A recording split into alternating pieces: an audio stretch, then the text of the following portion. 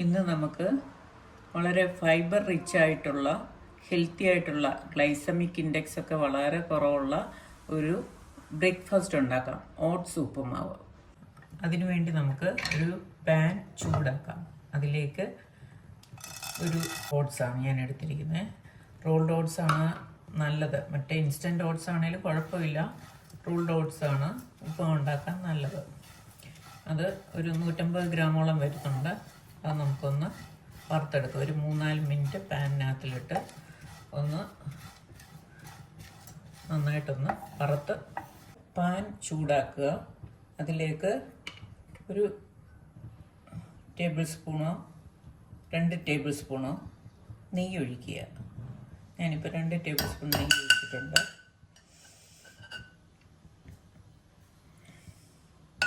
ഷുഗറുകാരൊക്കെ വീട്ടിലുണ്ടെങ്കിൽ നെയ്യുടെ അളവ് വേണേൽ കുറച്ച് അതിനോടൊപ്പം 1 സ്പൂൺ നെയ്യും ബാക്കി വെളിച്ചെണ്ണയും ചേർക്കാം. നെയ്യ് ചൂടായി കഴിയുമ്പോൾ അതിലേക്ക് കടുകിടുക.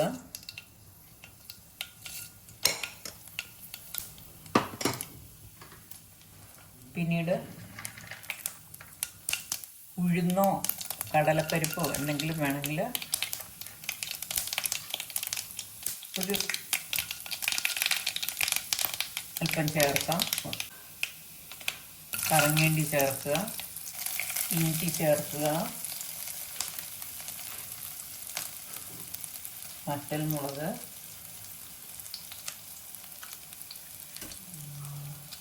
രണ്ട് വറ്റൽമുളക്, ഇഞ്ചി ഒരു 4 ഇഞ്ച് നീളത്തിലുള്ള ഇഞ്ചി അരിഞ്ഞിരുന്ന, ഒരു പച്ചമുളക്, കറിവേപ്പില കൂടി ചേർക്കുക. ഇതെല്ലാം ചേർത്തൊന്ന് വഴറ്റുക.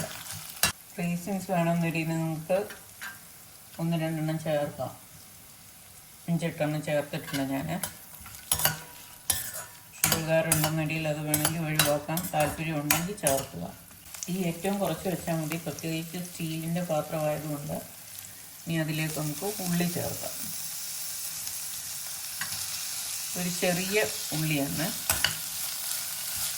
മീഡിയം സൈസ് ആണെങ്കിൽ കുഴപ്പമില്ല. വലിയ ഉള്ളിയാണ് പകുതി ചേർത്താൽ മതി. അതിലേക്ക് നമുക്കൊരിച്ചിരി ഉപ്പിട്ട് കൊടുക്കാം.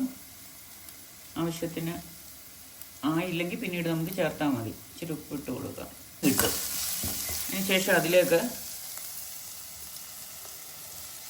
ബീൻസും ക്യാരറ്റും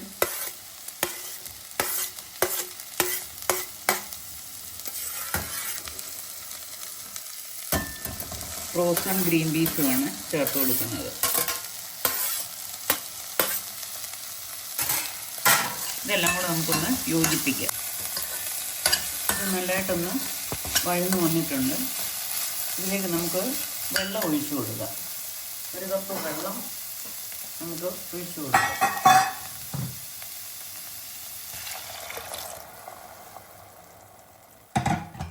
റോൾഡ് ഓട്സ് ആയതുകൊണ്ടാണ് 1 കപ്പ് വെള്ളം, 1 കപ്പ് ഓട്സിന് 1 കപ്പ് വെള്ളം എന്ന് പറഞ്ഞത്.